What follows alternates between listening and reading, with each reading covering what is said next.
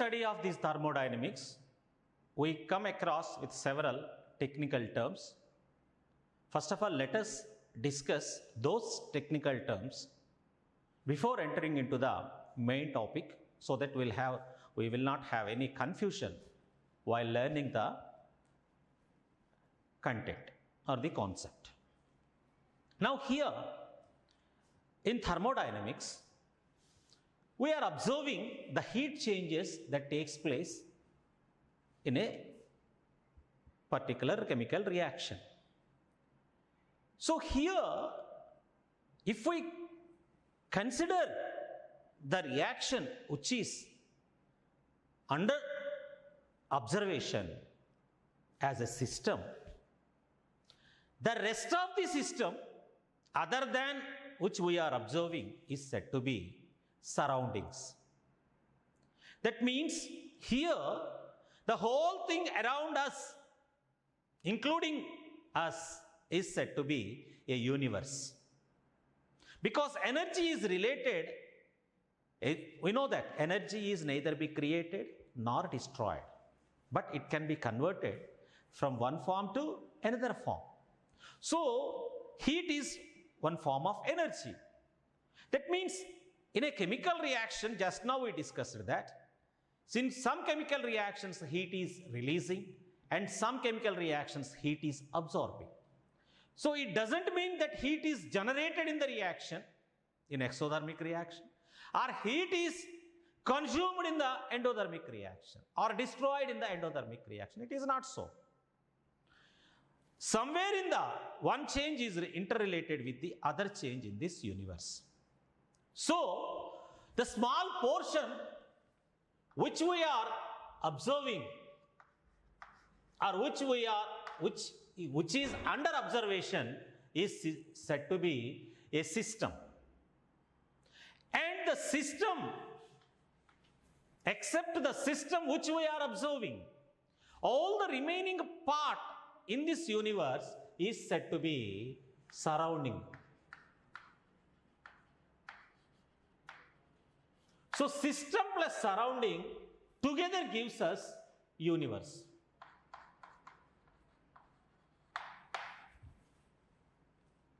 Now, this system and surrounding sometimes is separated by a wall.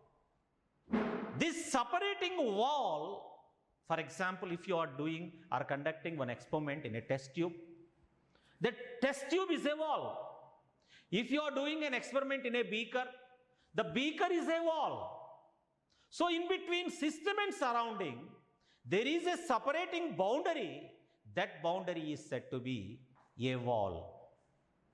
Basing on the nature of the wall, the systems are of three types. One is open system,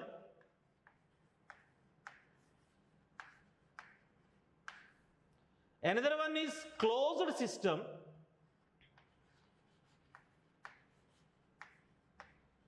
third one is isolated system.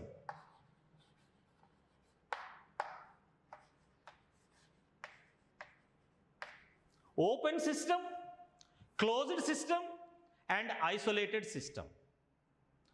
Open system, closed system, isolated system. Just to understand these three things, I'll give only one example, because you may not confuse with one another. Suppose you offered me a cup of coffee. If that cup of coffee is present in a cup without any lid on it, that is an example of open system. A hot coffee that is present in an open cup is said to be open system. Because here, from hot coffee, you will observe some vapors are evolving out into the surroundings. That means the system which we are observing, without any boundary, it is in contact with the surroundings. In such cases, along with heat, some mass is also exchanging from system to surrounding. Such type of system is said to be open system. Another system, if the same cup of coffee was kept in a bottle and it is covered with a screw lid, so that here in this case you will not observe any type of such vapors that is evolved from the screwed coffee which was kept under a jar which is having a screw lid. But here, if you observe or touch, heat is liberating. That means in closed system, the mass exchange is not takes place, but heat exchanges can take place. Heat may come into the surroundings, or from surroundings, heat may enter into the system. That means heat exchanges takes place, but there is no mass exchange in closed system. And another one is isolated system. If same coffee, here it was in open cup, here it was in a bottle with a screw lid, and if you kept it in a thermos flask, you have an experience that if you keep hot coffee or hot things or cold things in a thermos flask, its temperature will be maintained nearly 24 hours, that it can retain that same temperature. So it means here exchange is not takes place from the system to surrounding or surrounding to system. Such system is said to be isolated system. That means it was insulated, because in thermos flask, if you observe in the construction of a thermos flask, in thermos flask, inside the plastic container, we have a glass inside, which is a two-layer gas. It will be like this. If you observe the thermos flask, inside the thermos flask, you will have a glass. That glass will have some knob here, which is sealed. So here, this is completely evacuated atmosphere.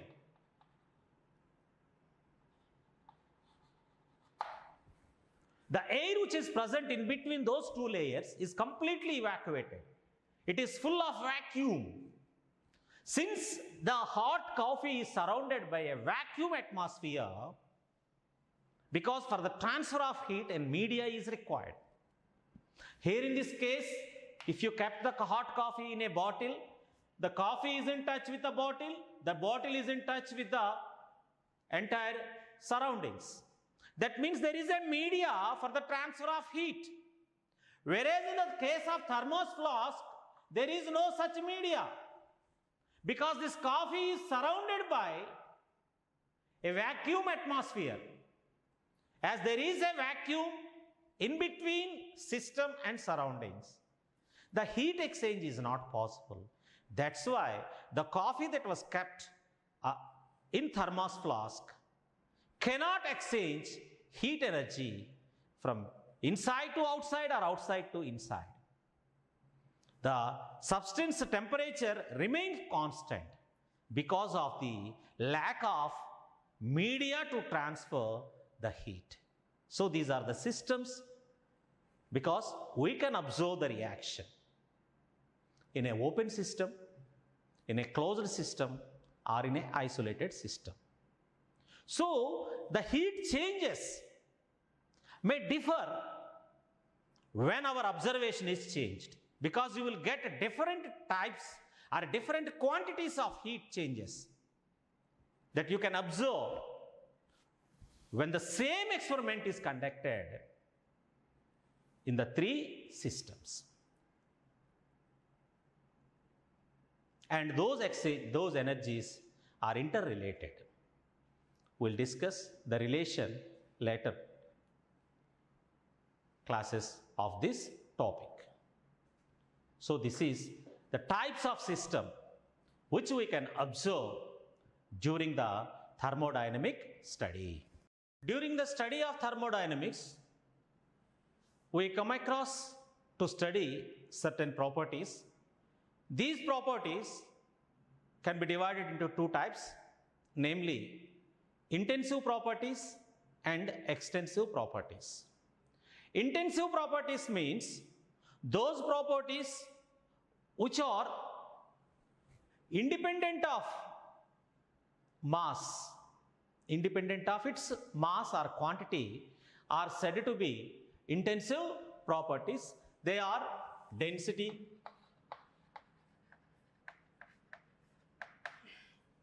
viscosity,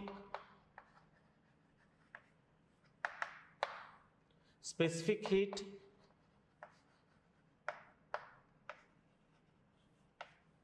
temperature, pressure. And certain properties, they depend upon the quantity of the substance. They are mass, volume, internal energy,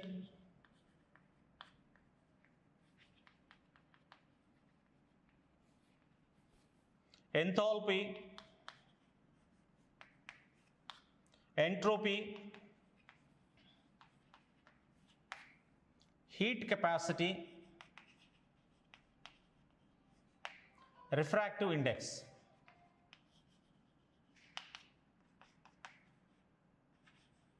So these properties will depend upon mass of the substance. So to identify which property is extensive and which property is intensive,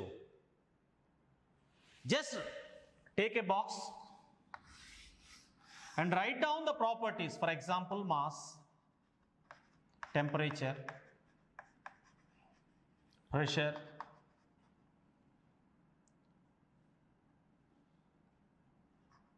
density, viscosity, density, like that. If you divide it with a separating wall, what happens? Suppose the volume of the wall is 5 liters or 4 liters, say it is 4 liters, and 4 moles of substance is present. If you divide it, the volume will be half, the mass will be half. But if the temperature, in both the cases the temperature is same. Simply by separating a wall, the temperature is not going to be decreased. The mass is decreased, volume is decreased. Temperature and pressures remain constant. So those substances which depend upon mass will decrease, which are independent of mass remain constant. So extensive, intensive properties can be identified by writing all the properties. If you imagine that there is a separation, which property is affected? For example, if you know viscosity, viscosity is the property of a substance. It will not depend upon the mass. If you take 1 gram, its viscosity is same. If you take 10 grams or 100 grams, the viscosity is not going to be changed. It is the chemical nature of the substance. It is independent of mass. But remember, though extensive property is there, the ratio of two extensive properties are intensive in nature. For example, mass and volume, both are extensive properties. But the ratio between the mass and volume is density. Density is an intensive property, independent of quantity or the mass. So the ratio of two extensive properties will be treated as an intensive property. So properties which are independent of mass or independent of quantity of the substance only depend upon the nature of the substance. Such properties are said to be intensive properties. Those properties which are dependent on the quantity of the substance or the mass of the substance under the observation are said to be extensive properties. The study of thermodynamics is basically depend on 3 laws, namely first law of thermodynamics, second law of thermodynamics, and third law of thermodynamics. The first law of thermodynamics states that energy is neither be created nor destroyed during the chemical reaction, but it may convert from one form to another form. Energy is neither be created nor destroyed. Energy is neither be created nor destroyed. So, mathematically, it can be denoted that change in internal energy, U, delta U is equal Q plus W. Q plus W, where Q is the heat absorbed or released during the chemical reaction, whereas the W is work done by the system or done on the system. If heat is absorbed, then delta Q value is positive, denoted with positive sign. If heat is released, delta Q is denoted with negative sign. Similarly, if work is done by the system, it gives negative sign.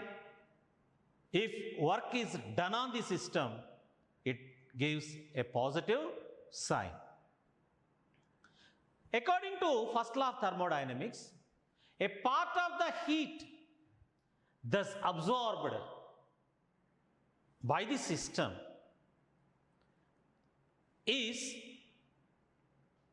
used to change in the internal energy. That means if heat is absorbed, so part of the heat absorbed will increases the internal energy and other part is utilized for doing some useful work. That means the heat that was absorbed cannot be completely done, converted into work done or completely undergone to change of internal energy. Part of the heat absorbed will used for the increase of internal energy and the remaining part were used for doing certain useful work. This is first law of thermodynamics. Second law of thermodynamics. The second law of thermodynamics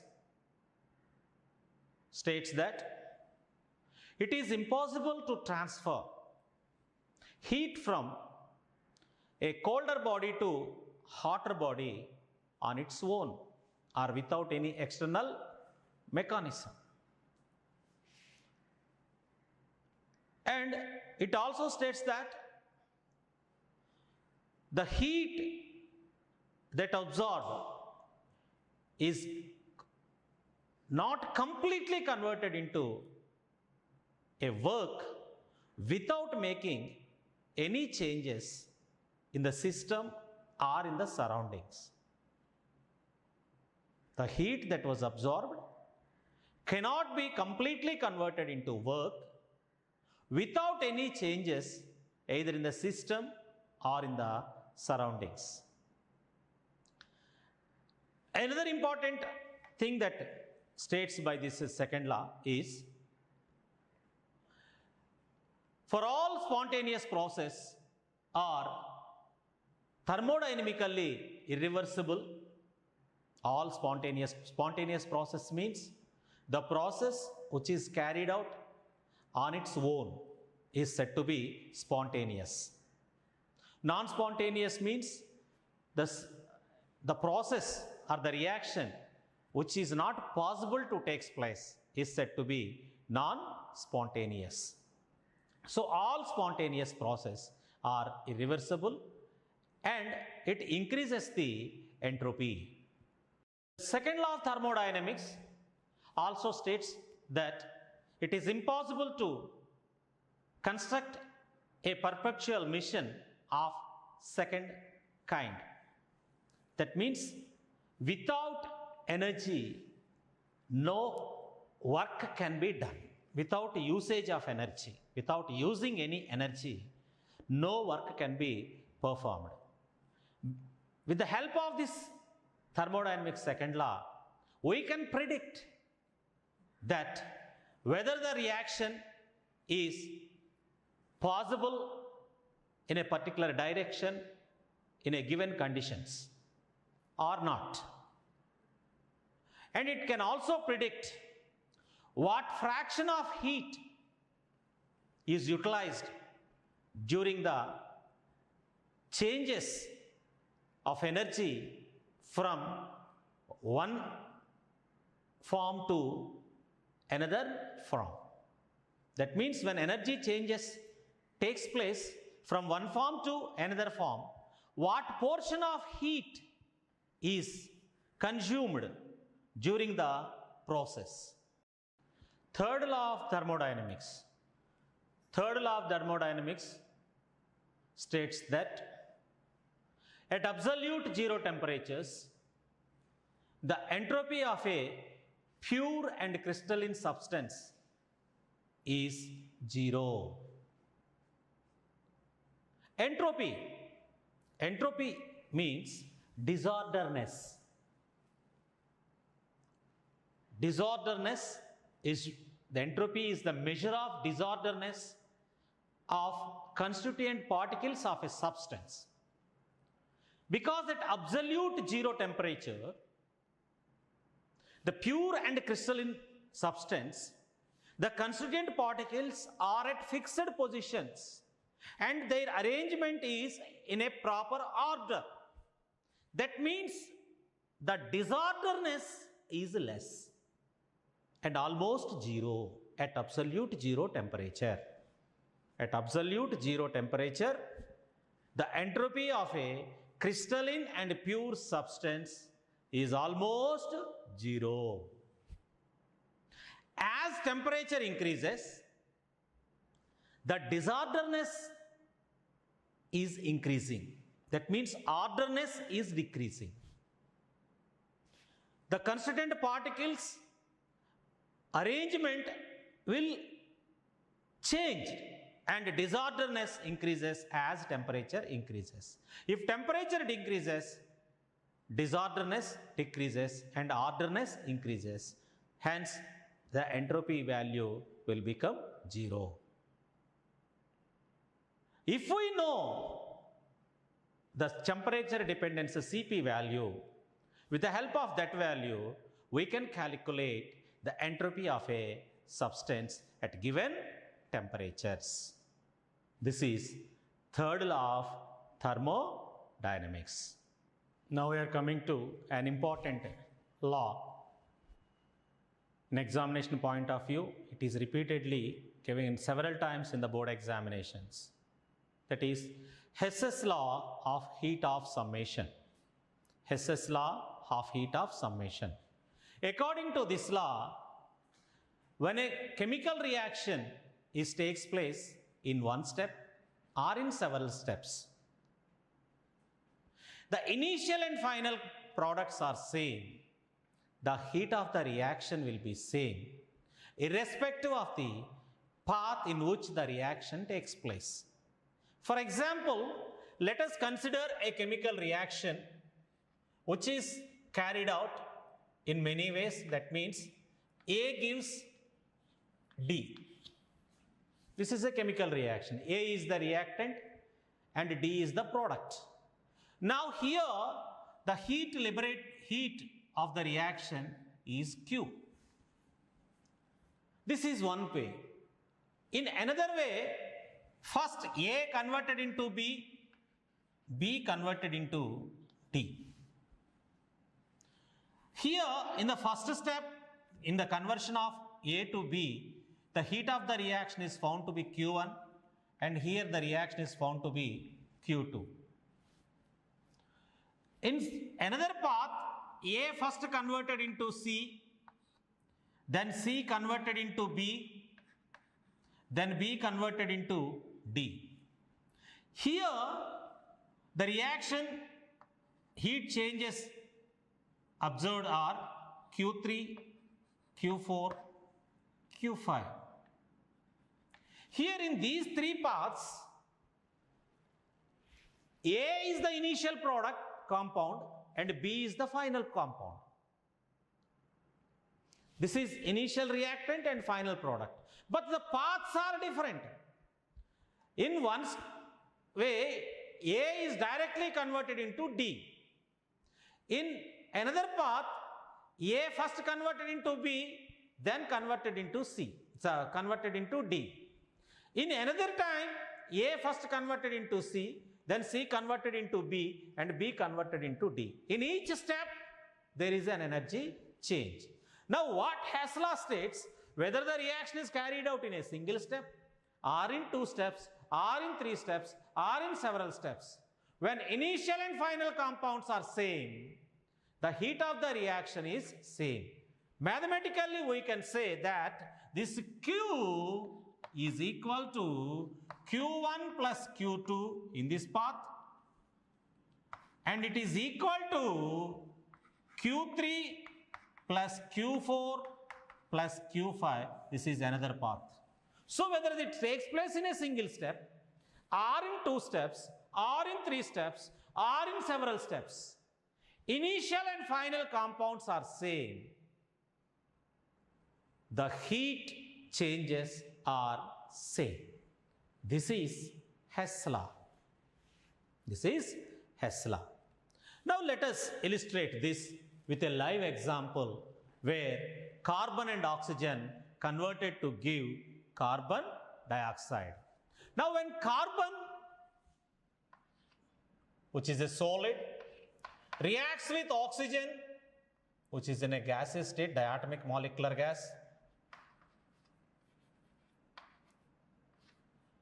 combined to give carbon dioxide, it liberates some heat, and that heat is 393.52 kilojoules. Now, that reaction indicates that it is take part in a single step.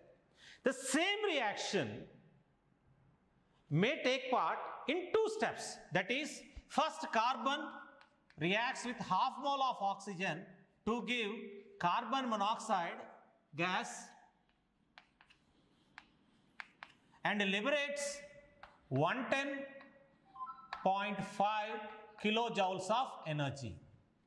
Again, in second step, this carbon monoxide gas reacts with another half mole of oxygen gas to give carbon dioxide gas.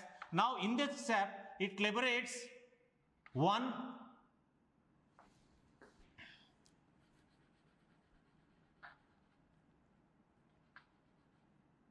283.02 kilojoules energy. Here it is takes part in single step, but here it takes part in 2 steps. Suppose if we add these 2 reactions, what happens? If you add these 2 reactions,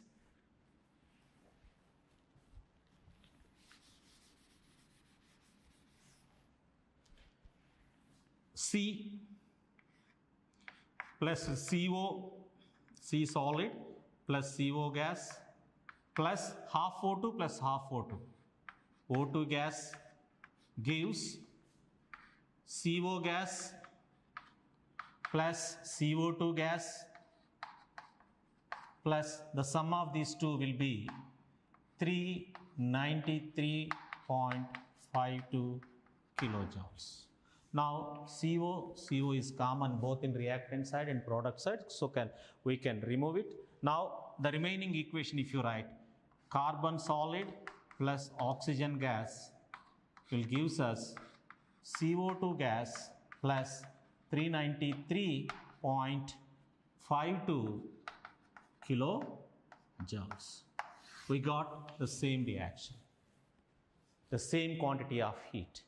So whether the reaction is carried out in a single step or in 2 steps, if initial and final compounds are same, the heat that liberated or absorbed is same. That means the heat of the reaction is independent of the path in which the reaction takes place. It's only depend upon the initial and final state of the reactants and products respectively. Spontaneity or spontaneous process. Spontaneity means if any chemical reaction takes place on its own, or any process, not only chemical process, even a physical process or a work, it takes place on its own without any external aid, that is said to be spontaneity or spontaneous. For example, if I take a glass of water, if I tilt the glass without any additional force, the water will fall down. That means flowing of water from higher places to lower places, we need not give any energy or we need not give any mechanical support for the flow of water from higher regions to lower regions. It's a natural process. Similarly, passing of gas from higher pressure to lower pressures, there is no need of do any work. Similarly, heat transfers from hotter bodies to colder bodies. We need not do any support. Automatically the process will continue. Such processes which can take place on its own is said to be spontaneous. Non-spontaneous means that work will proceed but with the help of some external agency. For example, we can lift water from lower level to higher level. For that we require a motor or mechanical support to lift water from down to upwards, from colder body to heat transfer from colder body to hotter body. We need some external mechanism. Such are said to be non-spontaneous. So in chemical reactions, some reactions will proceed spontaneously and some reactions will not take place at all at a given conditions. So this will depend upon all thermodynamic parameters. That is, it's depend upon delta H value, it's depend upon temperature, it's depend upon entropy changes. All together, in combined state, they will explain whether the reaction is possible to take place or not. For that, a new parameter, Gibbs free energy, was introduced. Gibbs free energy. Gibbs free energy means the energy, it is a thermodynamic term. The energy that is available to do some meaningful work is said to be Gibbs free energy. The total internal energy may not utilized to do some work. Only a part of that work, the part of that energy can do certain work.